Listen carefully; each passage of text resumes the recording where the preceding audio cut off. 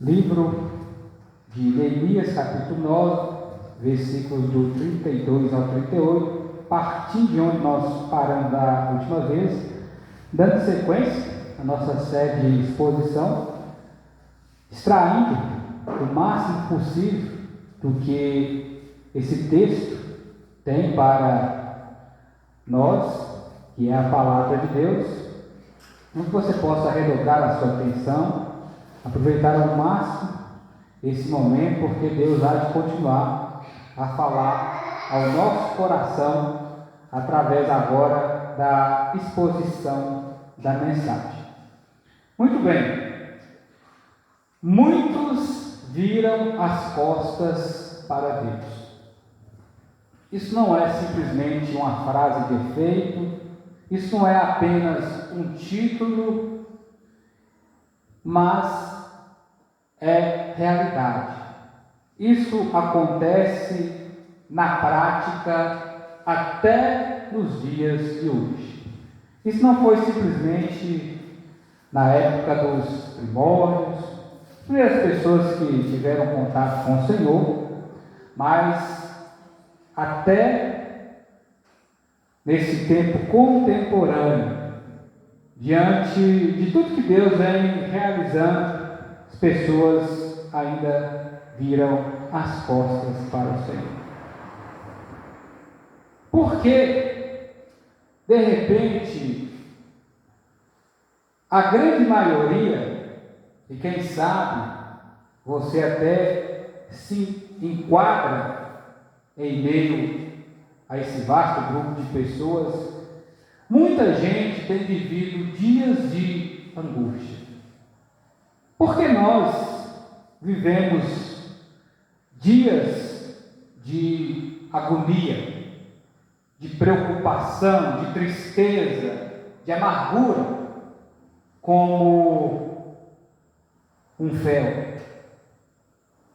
Porque é simples. Virar as costas para Deus é rejeitar a sua palavra. É desfazer um tratado onde que nós também demos a nossa palavra, queríamos contribuir para que as coisas pudessem acontecer. Lembrando que não a nossa maneira, mas da forma que Deus vê que era conveniente. Pois bem, dar as costas para Deus, rejeitar a sua palavra, é o mesmo que ser rebelde. Ser rebelde é a mesma coisa que pecar contra Deus, desobedecer a sua palavra. Por quê? Deus ele tem cuidado contínuo conosco. Principalmente nesses 3 capítulos, do 8 ao 9, progredindo no capítulo 7, o povo de Deus está se reunindo em volta da leitura da palavra. E Esdras é quem estava dando essa série de ensinos. Eles estavam ali há dias, meditando na palavra de Deus, e a palavra do Senhor não só estava comovendo, entristecendo o coração deles, porque esse é o choque que nós tomamos quando a palavra de Deus vem até nós, mas eles também estavam se alegrando na presença do Senhor. Fato é que a palavra de Deus estava provocando um grande avivamento no povo. Não era simplesmente uma obra de construção e restauração dos muros da cidade e do povoado, do ajuntamento das pessoas em si, mas a palavra de Deus novamente ela estava ganhando espaço no coração do próprio povo de Deus, porque foi dentro desta visão, deste caminho, que brotou esse sentimento no coração de Neemias para realizar essa obra. Não foi simplesmente um desejo dele, mas foi o mover de Deus para estar dando um novo tempo para Israel, que agora estava saindo de toda aquela série de consequências do cativeiro.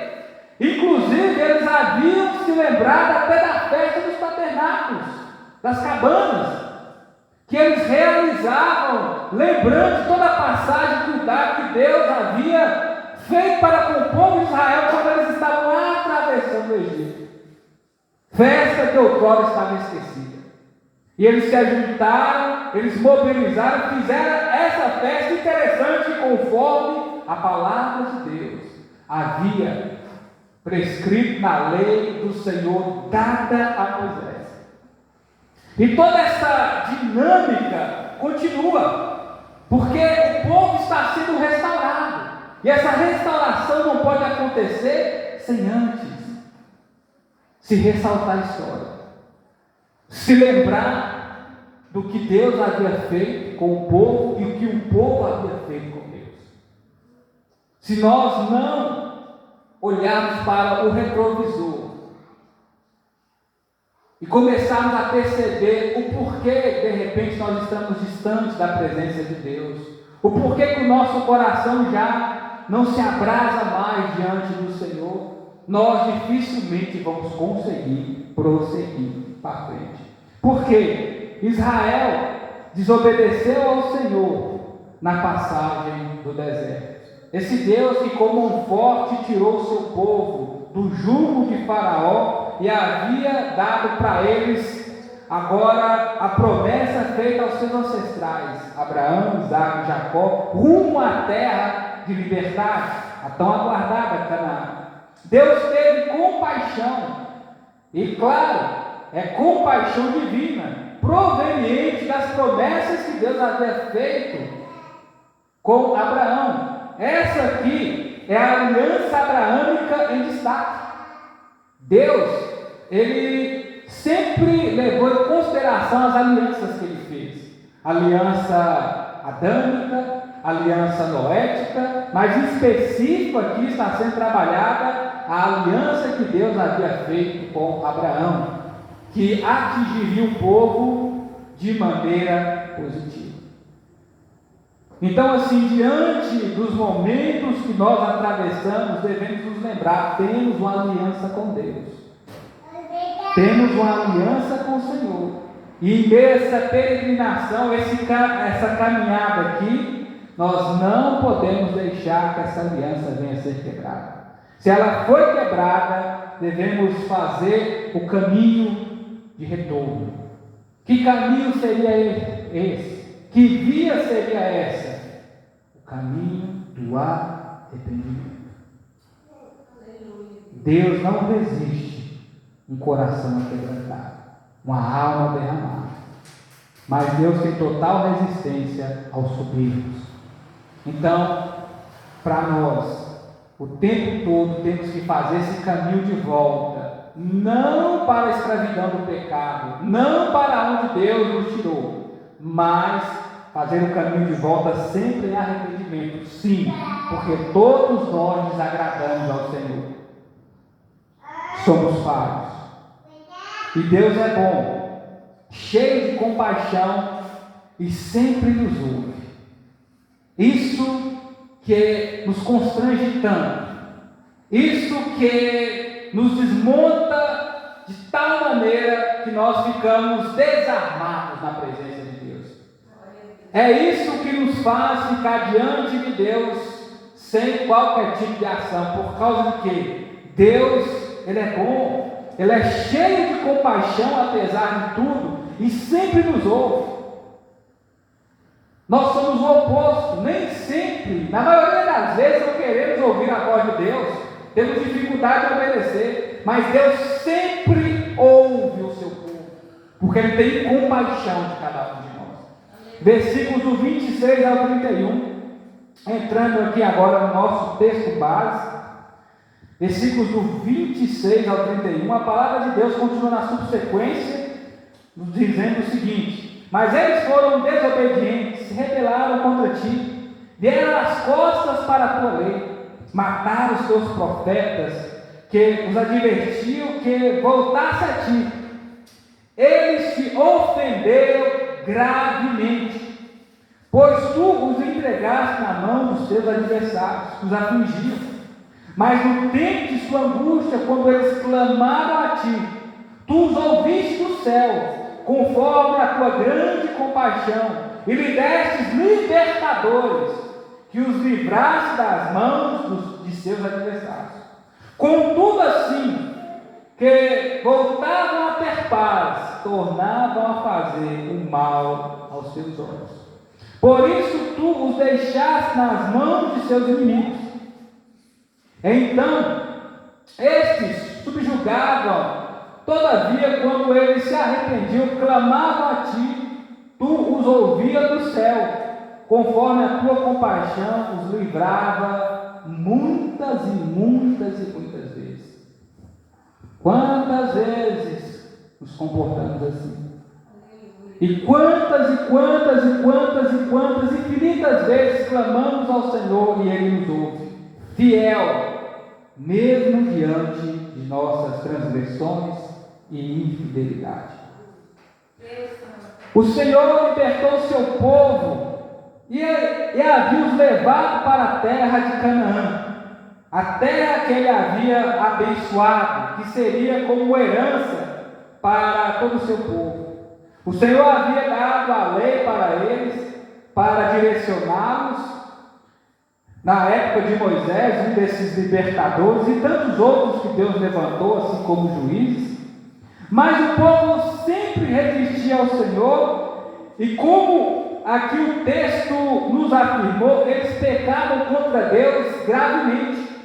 Houve um momento onde que Moisés estava tardando, demorando lá no Monte Sinai, para trazer a palavra de Deus. O que o povo fez para si?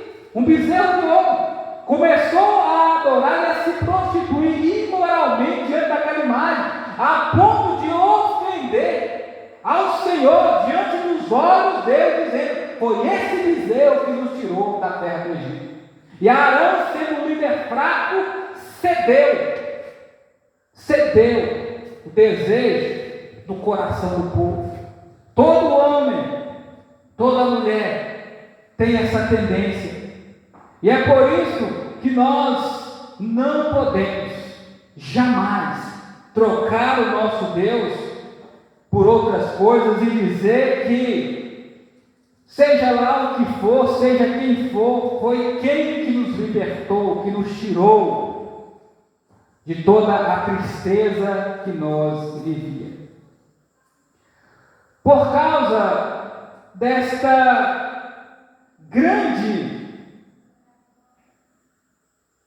diante deste grande pecado, melhor dizendo, Deus puniu o seu povo, Israel, que havia se rebelado.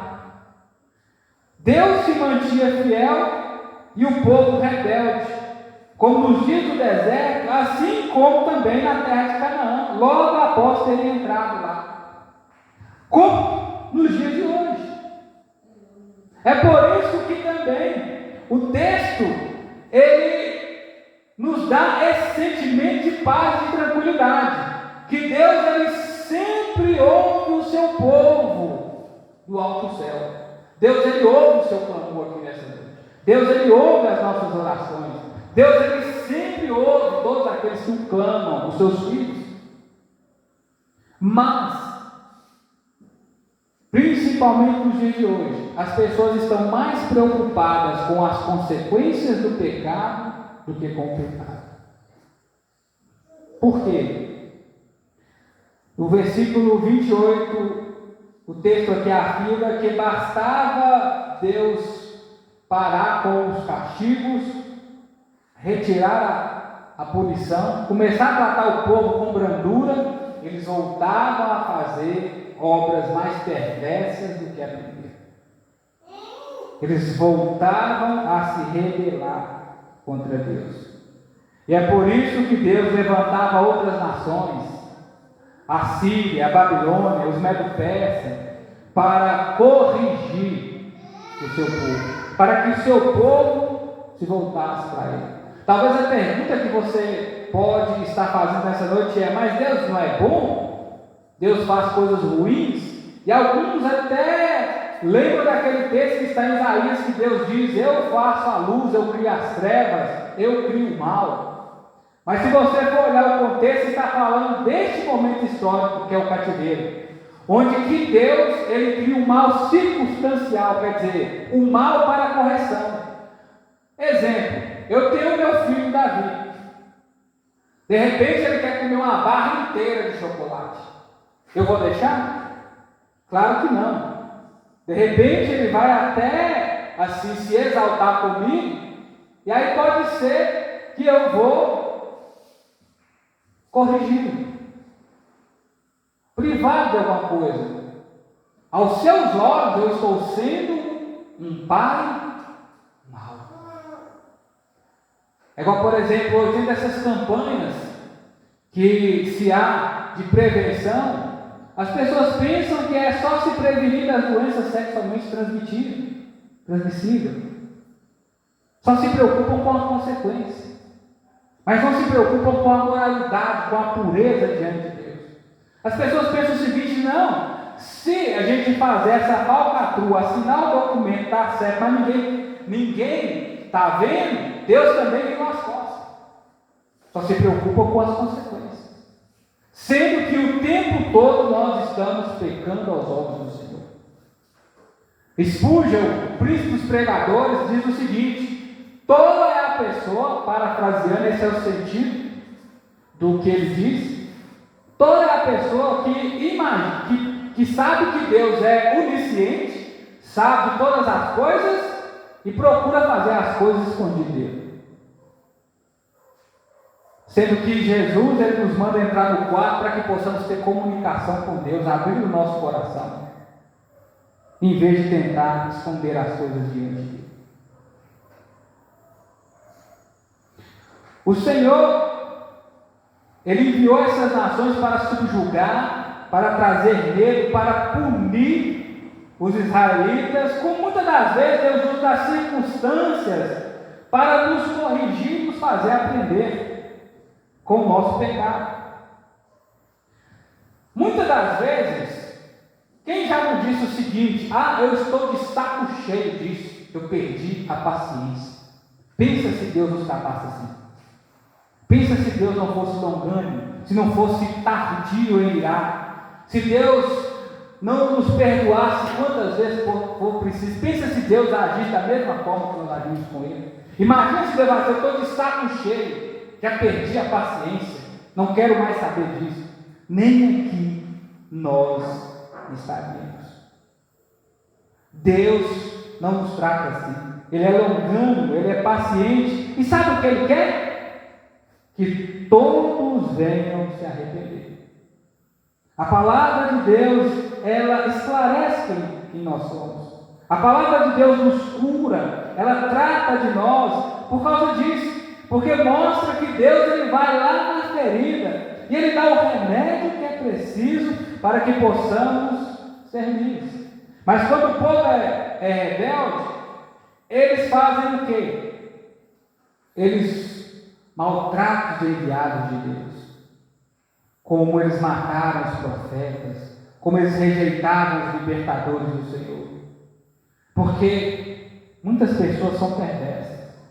Nós temos que pedir para que Deus venha tirar toda a perversidade do nosso coração. Deus, Ele nunca deixou de falar ao seu povo. Ele nunca deixou de comunicar ao seu coração.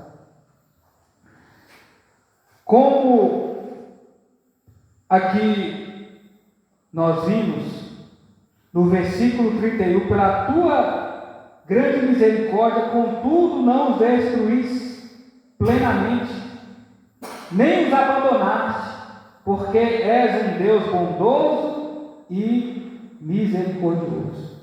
No 30, você viu aqui que Deus, por intermédio de teu Espírito, falava no coração do povo.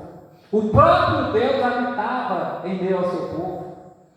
Coluna de fogo à noite para aquecê-los no frio, nuvem de dia para tampar o sol escaldante sobre a cabeça do povo, todo o suprimento necessário no deserto, roupa crescendo na medida que o corpo ia desenvolvendo, sandálias nos pés, sem fazer calo, e sinais e prodígios extraordinários.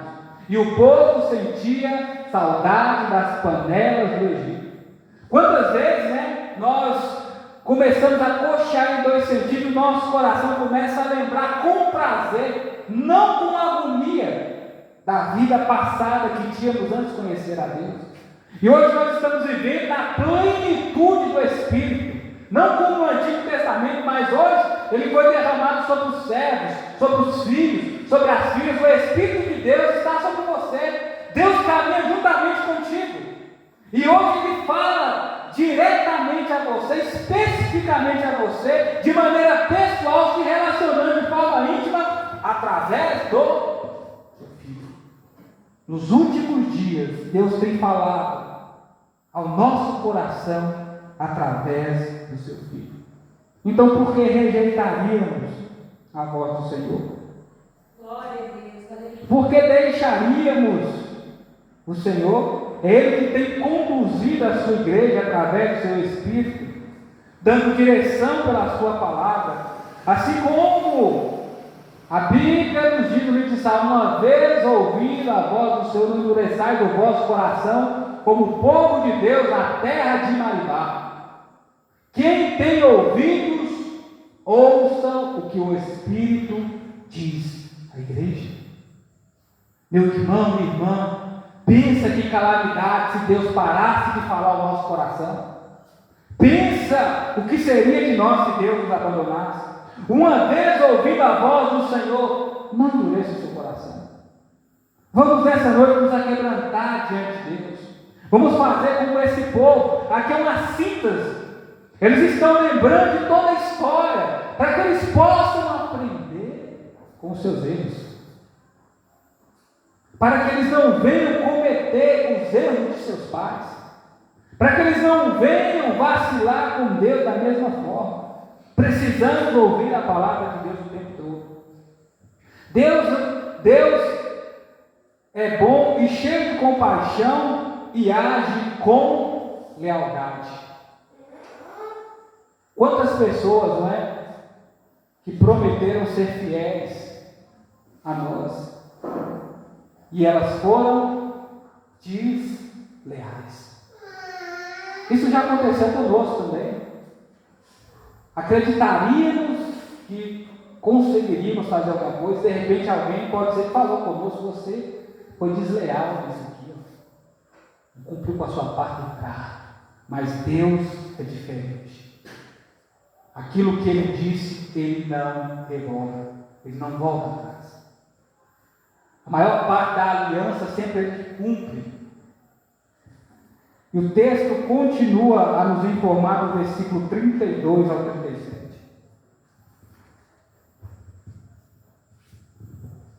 Mas agora o nosso Deus grande, poderoso, temível, fiel, a tua aliança, misericordioso, não passais pouco de nós, o sofrimento que se abateu sobre nós, nossos reis, nossos príncipes, nossos sacerdotes, nossos profetas, nossos pais, sobre todo o povo, desde os dias dos reis da Síria até o dia de hoje. Tu, porém, foste justo em tudo que se abateu sobre nós. Tu agiste com lealdade, mas nós com perversidade. Os nossos reis, os nossos príncipes, os nossos sacerdotes, os nossos pais não têm obedecido à tua lei, nem têm dado ouvidos aos teus mandamentos, nem as advertências que lhes fizeste, porque mesmo quando estava vivendo o reino deles, em toda a fartura de bens na terra espaçosa e fértil que lhe deste, não se tiveram nem se converter das suas más ações. Hoje somos escravos na terra que deste nossos pais, para que comesse o nosso fruto e desfrutasse dos nossos bens. E ela multiplica os seus produtos a favor dos reis que puseste sobre nós, por causa dos nossos pecados. Além disso, eles dominam sobre o nosso corpo, sobre o nosso gado, como bem lhe pertence. Estamos em grande angústia. O povo aqui se lembrou de tudo que aconteceu. Eles se tornaram escravos na própria terra, onde que eles eram homens e mulheres livres. E aí eles viram que tudo era punição de Deus, e eles bradaram em alta voz, rasgaram o coração e disseram: Senhor, Tu és justo. O Senhor agiu com lealdade, mas nós, o Teu povo, agimos com perversidade. Hoje nós estamos vivendo mais uma vez sob opressão. Hoje a terra que mana leite e mel, que produz com abundância, os produtos que eram para ser nossos, é deles. Nem o nosso próprio corpo nos pertence, porque eles nos dominam. Porque o teu povo não transgrediu. O texto fala: tem transgredido a tua lei. Se nós queremos ver um grande avivamento nessa congregação, meus irmãos, se nós queremos ver o despertar de Deus, se nós queremos ver a mudança do Senhor sobre esse ambiente, devemos amargamente chorar na presença de Deus. Aleluia. Temos que pedir: Deus, compadeça-se de nós, a culpa foi nossa. Fomos nós que negligenciamos a Tua palavra, fomos nós que desobedecemos, fomos nós que não cumprimos com aquilo que nós um dia falamos com o Senhor. Essa é a história do povo de Israel. O Senhor sempre age com lealdade. Deus ainda preservou o seu povo, mesmo diante de tanta perversidade. O amor de Deus para com o seu povo sobressair acima de qualquer pecado, porque um dia Ele fez um compromisso com Abraão, deu para ele uma promessa, transformou o seu nome e aí o levou para lá onde o povo se encontrava. Deuteronômio capítulo 7, versículo do 7 ao 9. Não foi o que Deus fez conosco? Nos tirou do lamaçal do pecado, mudou a nossa história, deu um rumo para a nossa vida, e aí esfriamos. Levanta de onde caíste, lembra-te do primeiro amor e das primeiras obras. Levanta de onde você caiu, lembra-te do primeiro amor e das primeiras obras. Deus ainda tem um compromisso. Somos diferentes desse povo. O que nos faz especial? Estamos na época da graça. Como assim a misericórdia do Senhor tem sido fonte de renovo? Por quê? São perguntas que têm que ser respondidas nessa noite. Simplesmente por causa da aliança do Calvário. A aliança feita através do sangue de Jesus. Nós choramos de angústia, na maioria das vezes, porque desobedecemos a palavra do Senhor. Jesus, ele estava com a sua alma angustiada, derramando o seu suor, a ponto de ele transpirar sangue também. E aí ele diz para os seus discípulos: a minha alma está angustiada. Mas é porque ele estava obedecendo a Deus. Ele sabia sobre a sobrecarga que viria sobre ele. Um jovem de 30 anos já havia lhe sido revelado tudo o que aconteceria, o como ele seria esmagado, o como ele seria espremido como azeitona, por amor a você, por amor a mim. Aliança tal, que ele falou: este é o meu sangue que é derramado por vós, essa é a minha carne, que é dada por amor a vocês. E ele chega lá, e o amparo que Jesus tem, sabe qual que é? É pegar os seus discípulos dormindo. Uma, duas vezes, mas vocês não conseguem ficar comigo uma hora. No momento que eles deveriam estar dormindo, que era no barco, em meio àquela tempestade, junto com Jesus, descansando na presença dele, eles estavam lá mais revoltados que aquele mar. Porque nós não somos assim? Com coisas que nós não devemos preocupar, ficamos mais angustiados do que o que está à nossa volta. Quando nós temos que vigiar com o Senhor, quando nós temos que estar de olhos abertos com Ele, quando nós temos que estar buscando a Sua presença, aí dormimos, vacilamos. Desperta tu que dormes, acorda-te dos mortos. O Senhor fala contigo. Deus é justo, seja toda pessoa pecadora, porque o coração do homem é perverso. Somos reprovados diante de Deus. Se não fosse a sua graça, misericórdia, sua fidelidade, seu amor e paciência e benevolência para com você e comigo, ai de nós. Como o próprio apóstolo Paulo disse, eu sou homem pecador. Ai de mim, se não fosse Cristo Jesus, meu Senhor. Porque é Deus que tem nos dado saúde. Talvez você pode pensar assim, eu tenho dinheiro para comprar o pão de cada dia, mas se Deus não quiser, o campo não dá mantimento. Se Deus não quiser, não temos saúde para usufruir das delícias de Deus, como o próprio povo aqui estava. Aleluia. Tinha tudo e abriu mão. Como sempre, como aconteceu no Éden, como vem acontecendo, nós devemos ser como Jesus. Nós devemos desfrutar da presença de Deus em qualquer momento, das dádivas que o Senhor tem para nós. Temos que voltar a temer ao Senhor. Temos que voltar a respeitar o teu santo nome. Temos que voltar a reverenciar o Senhor como Ele é. Santo é o Senhor dos exércitos, merecedor de todo o nosso louvor, de toda adoração. Quem nos salvou, quem nos perdoou, quem tem nos limpado todos os dias. Deus é bom e cheio de compaixão.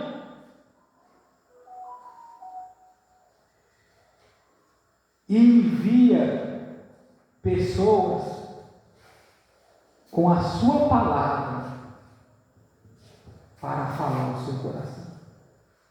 A maior prova de que Deus é cheio de compaixão para com você é que Ele envia inúmeras pessoas para levar a palavra dele para te abençoar.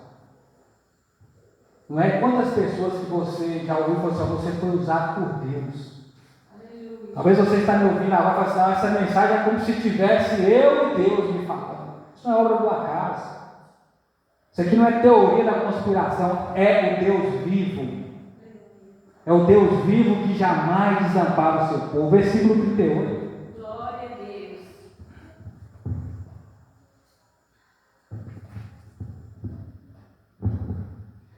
Em vista de tudo isso, afirmamos uma aliança que, assinada por nossos príncipes, nossos levitas, nossos sacerdotes. Mais uma vez, o povo de Deus estava lá. Quem estava lá? Esdras, um dos doutores da lei, os levitas e sacerdotes estavam lá, debulhando a palavra de Deus, explicando a palavra de Deus, ensinando a palavra de Deus. Entendeu? Tem o exemplo? Vamos lá e fazemos o que Deus nos manda. Então, diante de toda infidelidade, de toda idolatria, de toda imoralidade, impaciência, falta de fé, diante de tantas guerras, diante de tanta descrença, falta de confiança em Deus, diante assim de tantos vacilos que nós damos, lembra, Deus tem uma aliança com você. Lembra, Deus tem cuidado de você. Lembra, a presença de Deus tem suprido as suas necessidades. Não precisamos lembrar das panelas do Egito. Não precisamos lembrar e salivar a nossa boca da vida que nós tínhamos com Deus. Nossa, que prazer, não. Devemos lembrar disso com angústia, com dor, e falar assim, nossa, muito obrigado, Senhor, porque a Tua palavra tem me sustentado, é fonte de vida, tudo tem saído da boca do Senhor, é palavra de vida eterna. Onde eu vou estar? Para onde eu vou? Se só o Senhor que tem isso para me dar. Jesus também foi para o deserto.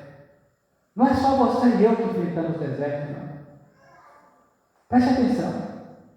Diferente de Israel, ficou lá 40 dias. Israel nem com 40 anos conseguiu obedecer a Deus. Nossa, muito obrigado, Jesus, porque o Senhor mostrou que é capaz. E quem o enviou para o deserto? O próprio Espírito de Deus, depois de ter sido honrado pelo seu Pai. Esse é o meu filho amado em quem me compraz. E no final de toda a tentação, os anjos o serviram. Deus, no momento certo, Ele vai entrar com a providência. No momento certo, Deus vai te abençoar. No momento certo, Deus vai abrir essa porta. No momento certo, essa libertação vai acontecer. Na hora certa, Deus vai trabalhar nessa área. Na hora certa, Deus vai te dar esse benefício. Porque nós estamos seguros do sangue de Cristo. Essa aliança inquebrável. Nós estamos firmes na cruz do Senhor, porque é o poder de Deus para salvar qualquer pessoa. A nossa história é de renovo, porque essa mesma história foi ressaltada por Pedro no seu sermão, foi ressaltada por Estevão diante da sua morte, do seu martírio, e ela se completa dizendo: os profetas, assim como o rei Davi, os nossos pais, descansam no túmulo, mas não Jesus, o varão eleito por Deus. Ele ressuscitou. Ele ressuscitou. Ele ressuscitou. O túmulo está vazio. Nós estamos falando de alguém que nos ouve porque ele não está morto. Ele está à direita de Deus, no seu trono de glória, quem intercede por nós. Tem total credibilidade diante de Deus e podemos descansar na sombra da sua cruz, porque Ele venceu a morte, fazendo o caminho de cima para baixo, nos ligando direto com Deus. Por isso nós podemos ser ousados. Ele é o pão vivo que desceu do céu e que tem te alimentado. Ele é essa água que tem brotado da rocha da salvação, que tem mantido o seu fôlego saciado pelo seu ser. Muito mais Jesus tem feito e fez por nós. Como Ele mesmo diz: esse é o meu sangue derramado por vós. Essa é minha carne que é moída em vosso favor, que é repartida por vocês. Da cruz jorra vida eterna. Amém?